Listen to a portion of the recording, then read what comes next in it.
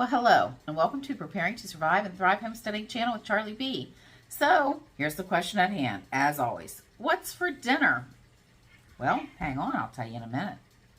So this is going to be a very, very simple recipe. We are having tuna cakes.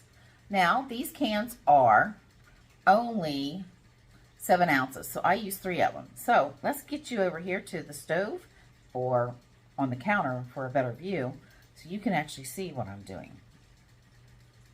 Okay, so like I said, we are starting off with 3 cans of tuna, 7 ounces of drained tuna. I have it here in the bowl. Okay, we're going to add 3 eggs. Now, these are my water glass eggs. You should take a look at that video after you watch this one.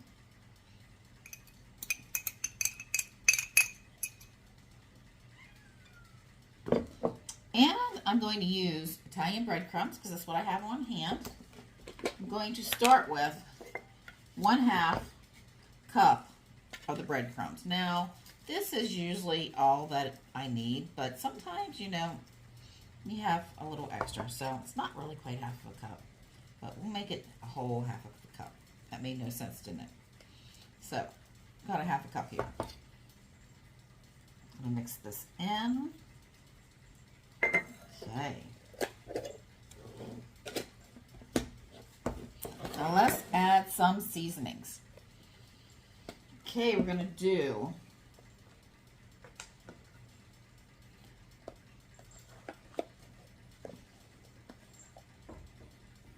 one-fourth teaspoon of onion powder. My cats are all hanging around me. They want this. And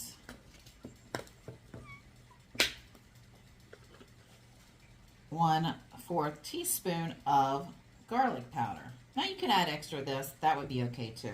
Let me move you back a little bit.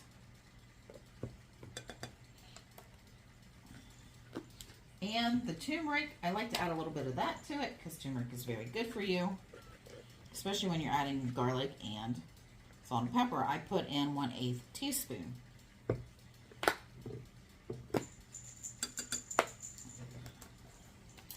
We have some lemon peel rind. I'm going to take the top off of this. Maybe. There we go. And I'm going to start with 1/8 of a teaspoon. Now, if you don't have the lemon peel rind, you can always just go ahead and add a lemon oil or just the regular lemon juice. Oops. Well, that went flying in the sink. Next item is dill. I'm going to use some of my own, and that I honestly just take a decent sized pinch, which is probably 1/8. I'm going to add a little extra.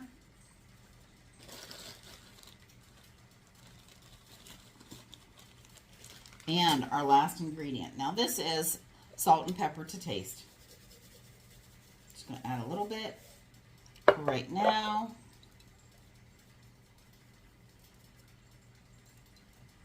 And then we're going to mix it.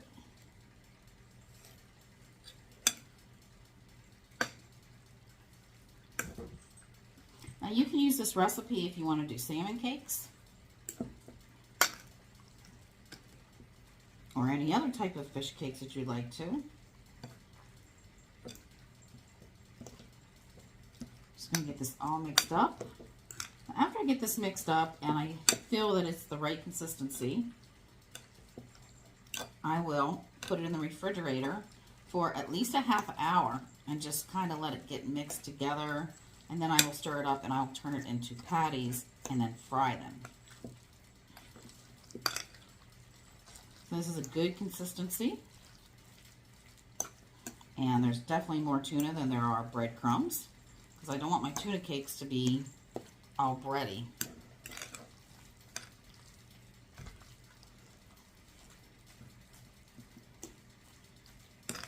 Now, by leaving it sit in the refrigerator for about a 1/2 hour, the flavors actually do marry together, and it will taste better as you go. I'm just going to totally Move the cat off the table. Move Dre. She's not happy. I'll introduce you to Dre sometimes. She's beautiful. But she's not supposed to be on the table. But I have Tuna, so they want Tuna. Okay, do you see the consistency? When I get this all made up.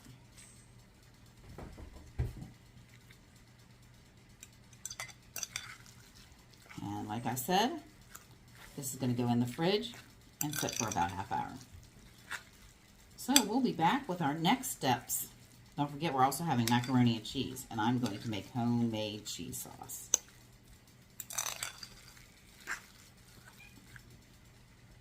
And we will be back.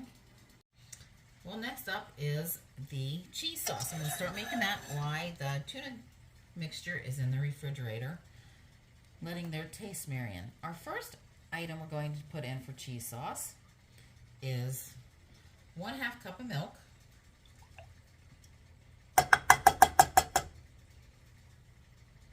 and I'm going to do 1 cup of cheddar cheese, but to add a little zing to this, I added some blue cheese in there for some crumbles. Nobody will know, right? I'm just going to slowly let this get going and turn on the stove.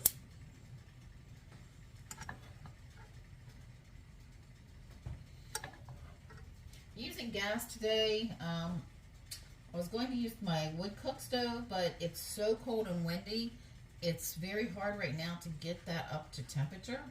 So we're just going to go ahead and use my gas stove. Just going to leave this sit here and let it start melting the cheese and get the milk warm. And we'll be back. Okay, so I'm actually going to add more stuff to this recipe. I'm going to add a 1/2 cup of cream. And this is heavy cream.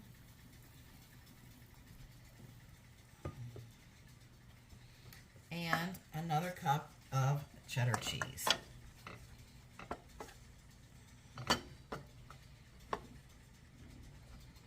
Just going to stir. I'll be whipping this together.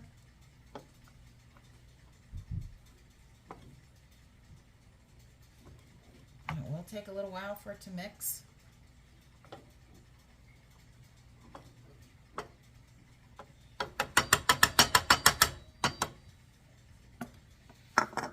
Get the lid on that, and we'll be back.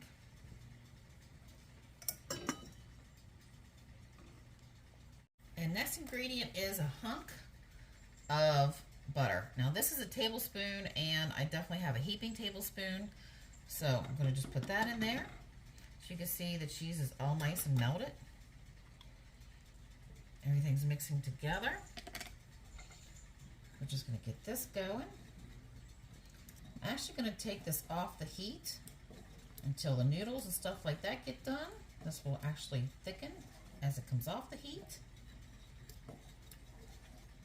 And we will be back.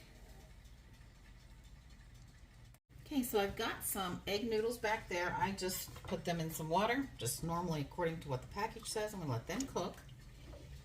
The cheese sauce is thickening up, and the star of the show, at least for me, is the tuna cakes. As you can see, I've just mixing it up again. It smells good, even though they're not cooked. Now you can always add a little bit more, a little bit less of these spices within it. So, but let's talk about what I'm going to cook them in. I have olive oil in here, and I have about a 1/2 stick of butter. Okay. And I'm going to make some patties. Now I know, I'm sure you all have made patties, but just take a scoop of it in my hand. Now I'll just do this. Now I'm going to want mine a little bit bigger, so I'm going to take a little bit more. So this is about the size I want. And I'm going to let this sit on the plate over here until I get them all done. So we will be back in a few. Okay, so I've got pretty much everything done here in the little patties. I ended up with 7 of the nice size patties, and then I've got this little baby patty right here. It's going to be more like a ball right here. I'm going to feed that to my little dog for dinner. Yes, by the way, to set the scene, the cats are going crazy from the smell of the tuna, but that's just a thought. So we're going to get these guys just sitting there in the grease. Just going to sit them right in here. Now this is pretty hot. I don't want it so hot though that I burn the butter.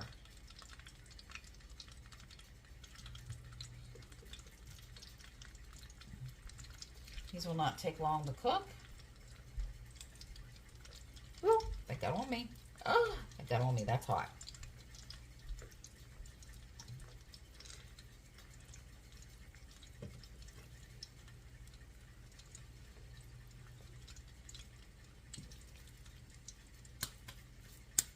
And that one should go in the center. There we go. So we will come back when we go to flip them.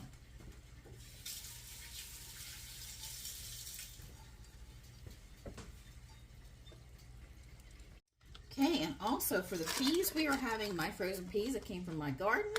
Didn't get very many of them. It was a lot of hard work for the little bit I did get, but these are amazing peas. But they're going to go on a pan here with a little bit of butter, a little bit of water maybe, and we'll see. Our tuna cakes are cooking up, our noodles are boiling, and I've got the peas starting to heat up. Well, let's check this to see how it's looking. Well, that one's not quite done, so I'm going to leave these cook a little bit longer, and we'll come back. Okay, let's take a look at this. They are sizzling. Woo! I'm going to start flipping these, and so I don't burn myself, I'm going to actually help flip them with this one part, with another wooden spoon. You see how nicely brown those are? That's what you want.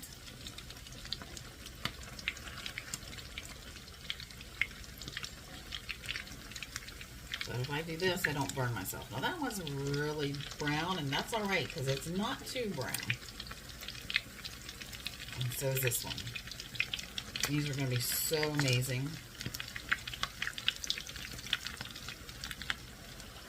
You can serve these with, well, by themselves, or you can also serve them with some lemon butter, or just lemon juice, tartar sauce, and or cocktail sauce. That would also work. Be very good. And I can't give you the exact time that it takes to cook these. It's one of those things that it just depends. It depends on your stove, how big it is, and you can always cut this recipe down a little bit if it's just one person or two, but we'll be eating these for a day or two, and my husband will get to take them to lunch. So we've got them flipped. I'm going to put the lid back on.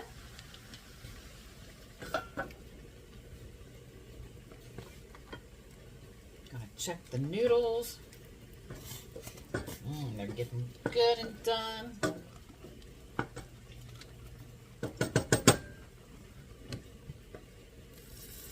Alrighty.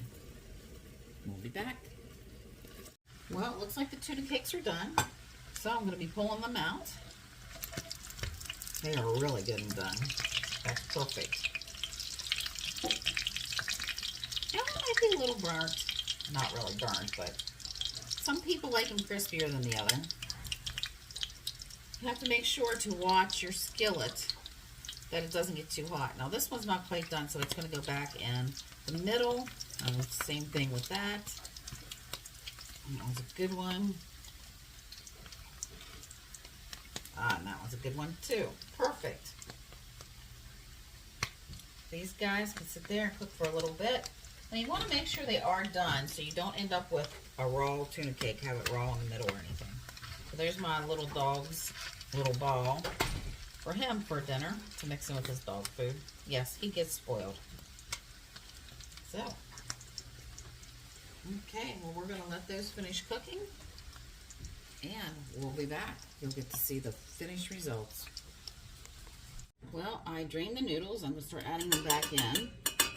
And while I'm doing that, I'm just going to add a little bit at a time and pour the sauce over to make sure I have enough of my cheesy sauce. I'm going to adjust this a little bit for you. This is the sauce. I'm just going to start adding a little bit. Actually, I'm going to add all the cheese sauce. It's the noodles I'm going to be stingy with because I want lots of cheese sauce on my mac and cheese.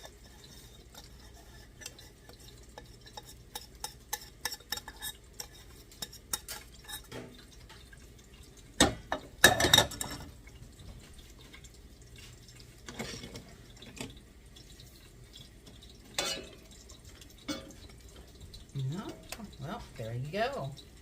Looks like we have enough. And if we don't, just have to make more. Cheese sauce, that is. And nicely coat them. And then we can add some salt and pepper if we want to.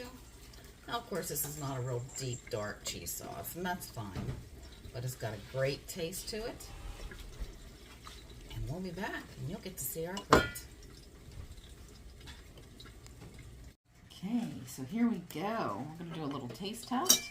I'm going to cut myself up some of the tuna cake, the mac and cheese with the homemade cheese sauce, and I have my homegrown peas. So we're going to cut this here. See how nice it comes apart? See what it looks like in the inside? We're going to do a little bit of a taste test. Now for the taste test, my favorite part of cooking. So don't look at my glorious mess back there because I just finished cooking, so it's going to be messy. So, but first thing we're going to try, just cuts with a fork.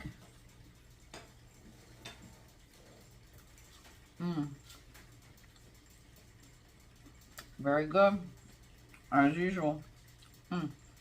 I love the little hint of lemon in there and dill. Perfect. Let's try our cheese sauce. Or macaroni and cheese. Perfect. Could use a little salt and pepper, so I'll put some more on that. And my homegrown peas with a little pat of butter. Amazing.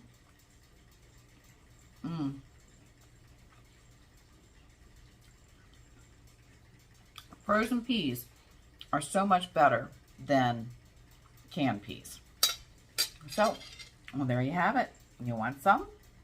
So, well, if you like my content, remember, like, share, and subscribe.